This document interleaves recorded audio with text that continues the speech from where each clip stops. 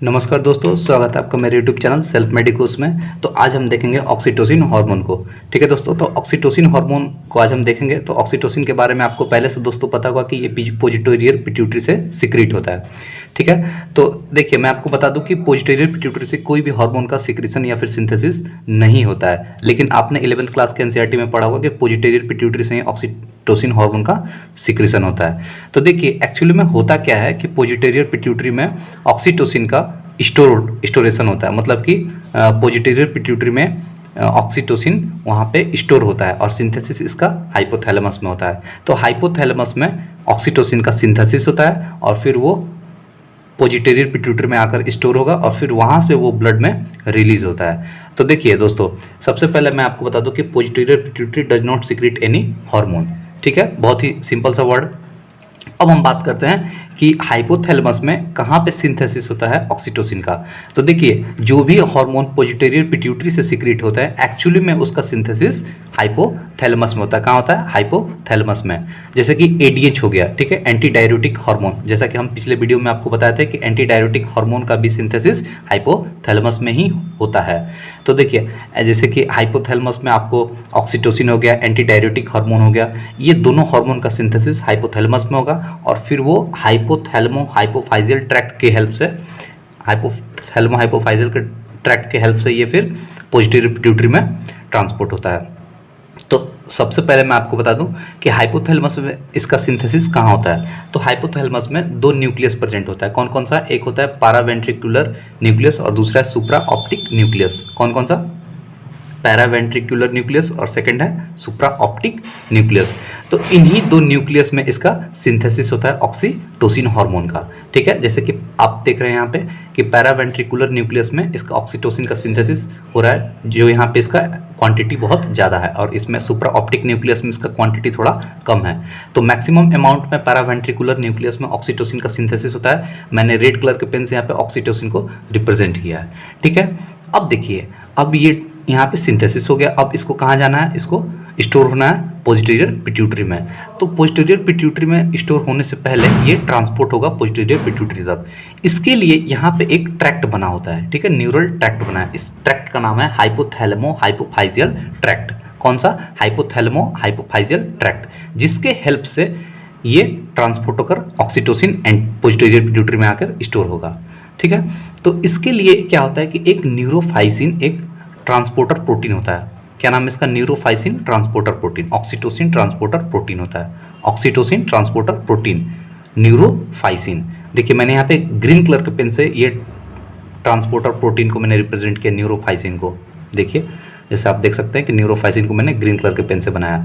तो इससे बाइंड करता है। देखिए ऑक्सीटोसिन यहाँ सिंथेसिस हुआ और ये किससे बाइंड किया? न्यूरोफाइसिन से। ठीक है, न्यूरोफाइसिन एक ट्रांसपोर्टर प्रोटीन है और इसे बाइंड करके फिर ये ट्रांसपोर्ट हुआ और कहाँ तक आया? इसके एक्सॉन तक। ठीक है, हाइपोथैलेमो हाइपोफाइजियल ट्रैक्ट के एक्सॉन तक आया, एक्सॉन टर्मिनल तक, और फिर ये आकर इम्पल्स मिलने के बाद ये पोजिटेरियर पिट्यूटरी, देखिए ये पोजिटेरियर पिट्यूटरी, ये एंटीरियर पिट्यूटरी। ठीक है, तो पोजिटेरियर पिट्यूटरी में ऑक्सीटोसिन यहाँ पे आके स्टोर हो गया।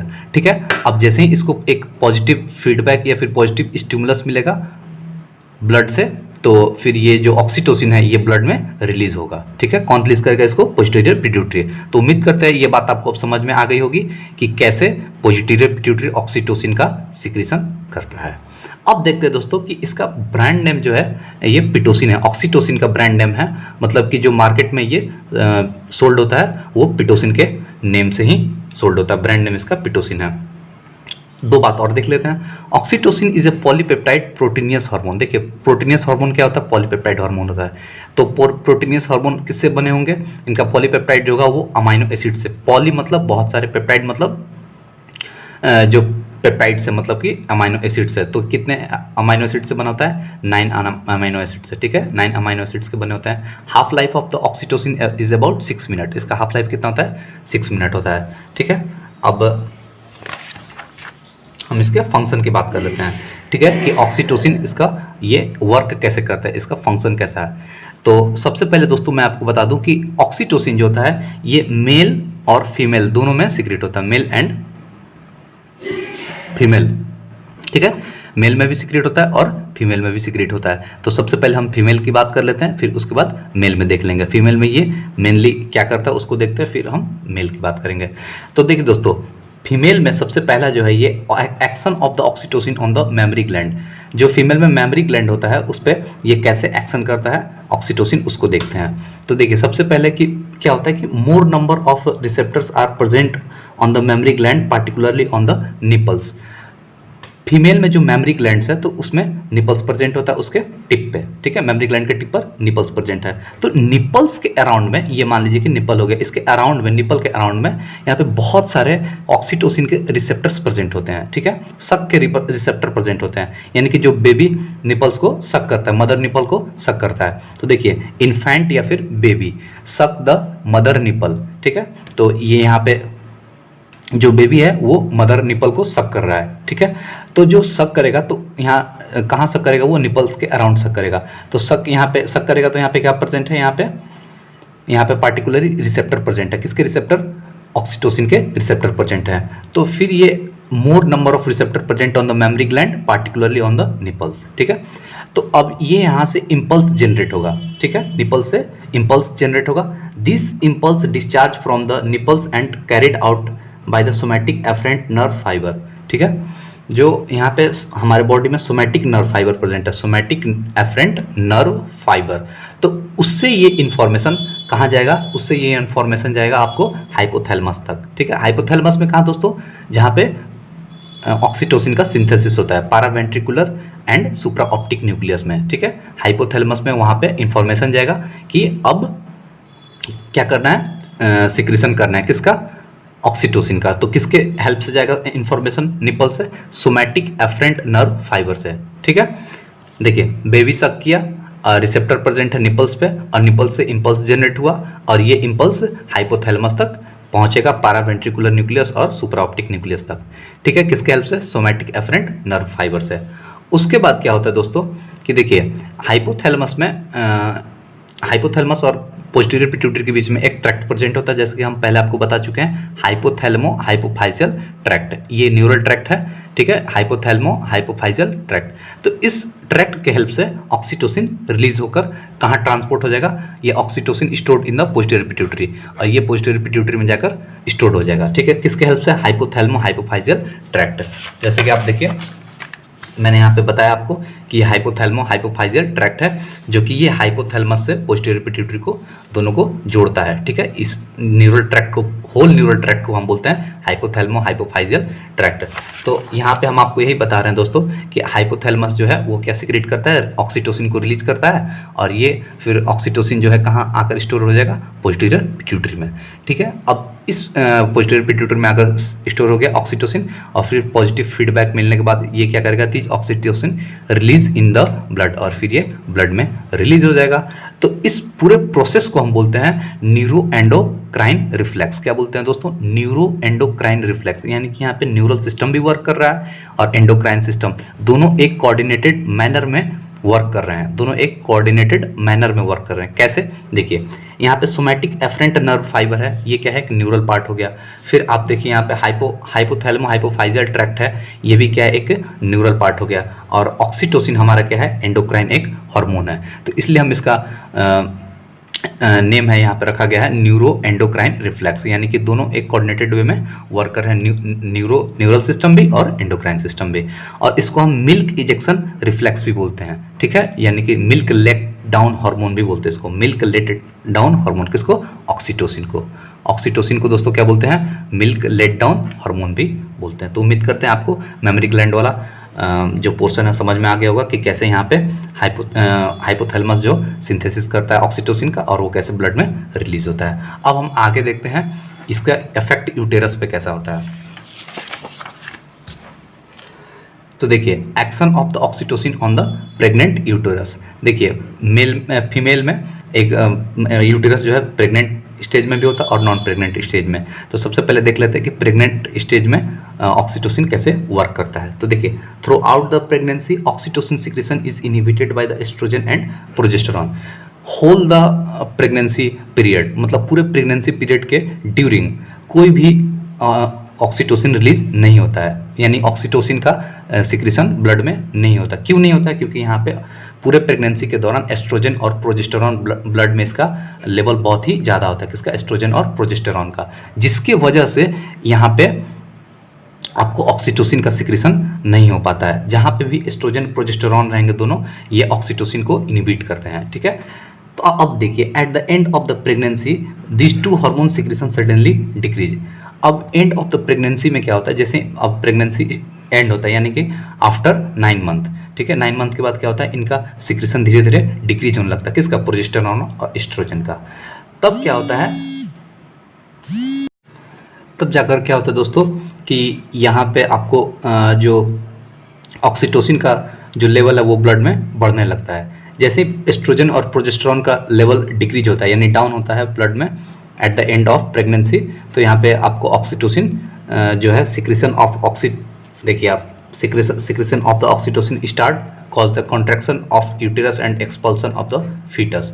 यानी कि जो इन्फॉर्मेशन मतलब है कि फीटस जो है वो फुल्ली डेवलप हो चुका है, अब उसको मतलब डिलीवर करना है, बेबी को डिलीवर करना है, तो उसका जो है वो ऑक्सीटोसिन से ही होता है। ठीक है, यानी कि 9 मंथ में कंप्लीट होने के बाद एस्ट्रोजन प्रोजेस्टेरॉन का सिक्रीशन डिक्रीज होगा या फिर उसका क्वांटिटी डिक्रीज होगा ब्लड में, और यहाँ पे ऑक्सीटोसिन स्टार्ट हो जाता है उसका रिलीज होना। ठीक है, और फिर उसके बाद जो है बहुत सारे मैक्सिमम रिसेप्टर जो है ऑक्सीटोसिन के वो कहाँ प्रेजेंट होते हैं दोस्तों? पहला तो हम आपको बताएं, आपको निपल्स के पास प्रेजेंट होता है अराउंड द निपल, और फिर उसके बाद जो रिसेप्टर हैं वो वॉल ऑफ द यूटेरस में, यानी कि जो यूटेरस का वॉल है वहाँ पे प्रेजेंट हैं। मोर number of the oxytocin receptor present on the uterus wall of the uterus. ठीक है, तो यूटेरस के वॉल पे ये बहुत ही ज़्यादा अच्छी तरह से ऑक्सीटोसिन एक्ट करता है। क्यों यहाँ पे एक्ट करता है ऑक्सीटोसिन? क्योंकि यहाँ पे बेबी का एक्सपल्सन करना है, ठीक है, फीटस का एक्सपल्सन करना है, जिसकी वजह से यहाँ पे यूटेरस के वॉल में बहुत ही ज़्यादा रिसेप्टर प्रेजेंट होते हैं ऑक्सीटोसिन के। अब देखते हैं onset of the labour pain. ठीक है, जब फीमेल में जब पार्चुरेशन का लेबर पेन स्टार्ट होता है तो ऑक्सीटोसिन सिक्रेशन इंक्रीजेज, तो उस टाइम ऑक्सीटोसिन का सिक्रेशन और बढ़ जाता है। ठीक है, ऑक्सीटोसिन धीरे धीरे उसका ब्लड में जो कंसंट्रेशन है वो बढ़ते जाता है। ठीक है, इससे ऑक्सीटोसिन को पॉजिटिव फीडबैक मिलता है। ठीक है, पॉजिटिव फीडबैक मिलने से उसका जो ब्लड में कंसंट्रेशन है ऑक्सीटोसिन का और वो बढ़ते जाता है। जितना ज़्यादा सिंथेसिस होगा हाइपोथैलेमस में उतना ज़्यादा वो पोस्टीरियर पिट्यूटरी में आएगा, और फिर पोस्टीरियर पिट्यूटरी से उसको पॉजिटिव फीडबैक मिलने के बाद वो ब्लड में आएगा। तो जब ऑक्सीटोसिन यूटेरस के वॉल पे एक्ट करता है वहाँ पे, क्योंकि रिसेप्टर बहुत ही ज़्यादा है, तो फिर क्या होता है कि सर्विक्स डायलेटेड, जो सर्विक्स है वो डायलेट होगा और फीटस इजेक्शन, ठीक है, फीटस जो है इजेक्ट हो जाएगा। और यहाँ पे देखिए दोस्तों मतलब हम आपको पार्चुरेशन नहीं समझा रहे हैं, ठीक है, बस हम आपको यहाँ पे ऑक्सीटोसिन का रोल बता रहे हैं। पार्चुरेशन एक बहुत ही complex neuroendocrine complex process होता है, तो उसको हम किसी और वीडियो में आपको पार्चुरेशन समझाएंगे, जिसको हम बेबी डिलीवरी बोलते हैं, लेकिन हम यहाँ पे सिर्फ और सिर्फ आपको हम ऑक्सीटोसिन का रोल बता रहे हैं।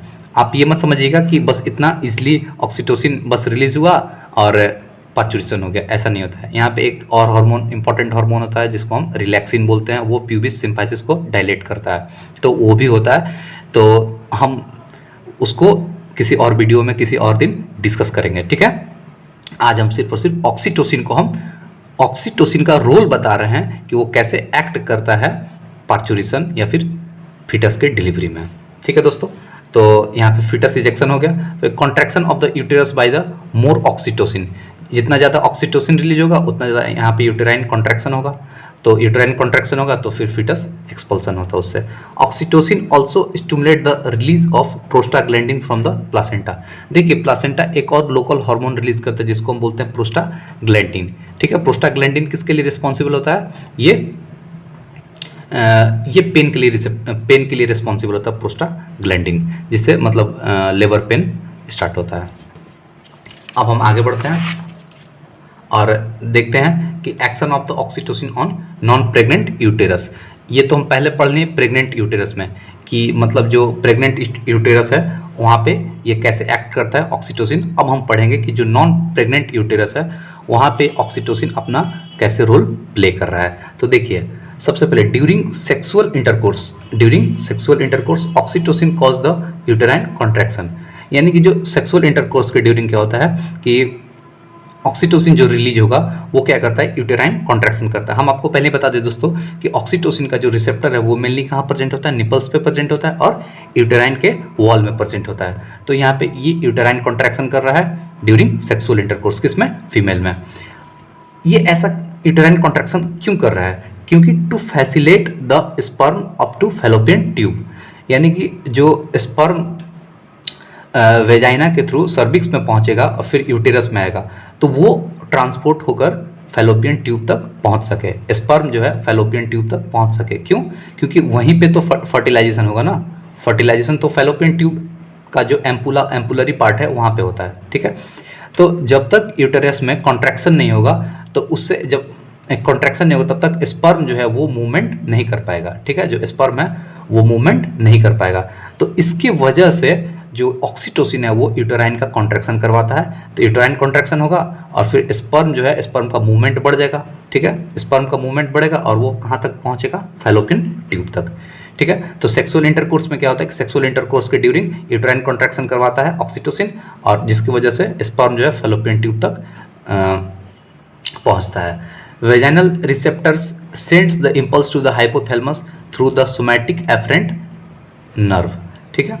सोमैटिक एफरेंट नर्व तक मैसेज सेंड करता कौन, वेजाइनल रिसेप्टर, ठीक है।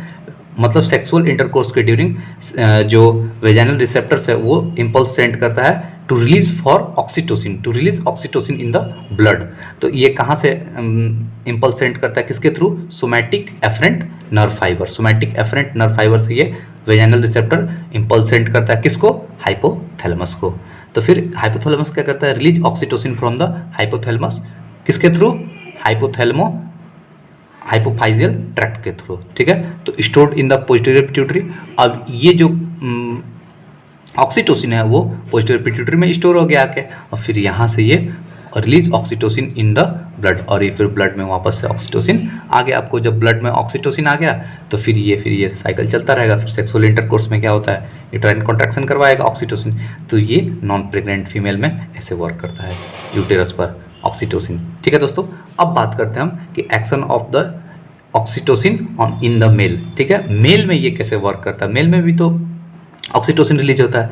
तो देखिए ड्यूरिंग सेक्सुअल इंटरकोर्स मेल में क्या होता है, mainly at the time of ejaculation, ठीक है। इजैकुलेशन में क्या होता है कि जो सीमेन है वो मतलब सीमेन जो है पेनिस से बाहर इजैकुलेट होता है, तो उस प्रोसेस को हम बोलते हैं इजैकुलेशंस। तो इजैकुलेशंस में क्या होता है कि oxytocin cause the contraction of the smooth muscles fibre of the vas deferens. देखिए वास डिफरेंस में स्पर्म का स्टोर होता है, ठीक है, वास डिफरेंस से ट्रांसपोर्ट होता है, सॉरी टेस्टिस में फॉर्मेशन होता है इसका सीमेन स्पर्म का, और फिर वो ट्रांसपोर्ट होता है वास डिफरेंस से। तो वास डिफरेंस जो होता है दोस्तों, ये वास डिफरेंस है, ठीक है। तो वास डिफरेंस में क्या करता है, इसमें कॉन्ट्रैक्शन करवाता है, ठीक है। ये स्पर्म है, इसमें कॉन्ट्रैक्शन होगा, तो कॉन्ट्रैक्शन होगा तो जिसकी वजह से ये स्पर्म जो है वो यूरेथ्रा में इजिली ट्रांसपोर्ट हो सके। देखिए oxytocin cause contraction of the smooth muscles fibre of the vas deferens. Vas deferens जो स्मूथ मसल फाइबर से बना होता है उसमें कॉन्ट्रैक्शन करवाता है। It facilitate the release of sperm into urethra, ठीक है, कि जिसकी वजह से आसानी से स्पर्म यूरेथ्रा में पहुंच सके। क्योंकि जब ये आपको वास डिफरेंस हो गया, वास डिफरेंस है ये वास डिफरेंस हो गया, वास डिफरेंस में कॉन्ट्रैक्शन हुआ और फिर ये आपको यूरेथ्रा है, ठीक है। तो ये यूरेथ्रा में इजिली मतलब ट्रांसफ़र हो सके, इजिली ट्रांसपोर्ट हो सके स्पर्म का, और फिर ये स्पर्म यूरेथ्रा के थ्रू पेनिस से बाहर निकलता है और ये इजैकुलेशन प्रोसेस होता है। तो हम आपको ये बता रहे हैं कि इजैकुलेशन प्रोसेस के दौरान ऑक्सीटोसिन यहाँ पे हेल्प करता है। किस में हेल्प करता है, इजैकुलेशन में कॉन्ट्रैक्शन करवाता है, किसमें, वास डिफरेंस में। वास डिफरेंस के जो वॉल है उसमें कॉन्ट्रैक्शन करवाएगा, जिसकी वजह से जो स्पर्म है वो यूरेथ्रा में ट्रांसपोर्ट होगा और यूरेथ्रा से फिर वो इजैकुलेट हो जाता है। तो उम्मीद करते हैं दोस्तों ये वीडियो आपको अच्छी तरह से समझ में आया होगा और आपको ऑक्सीटोसिन का फंक्शन भी समझ में आया होगा।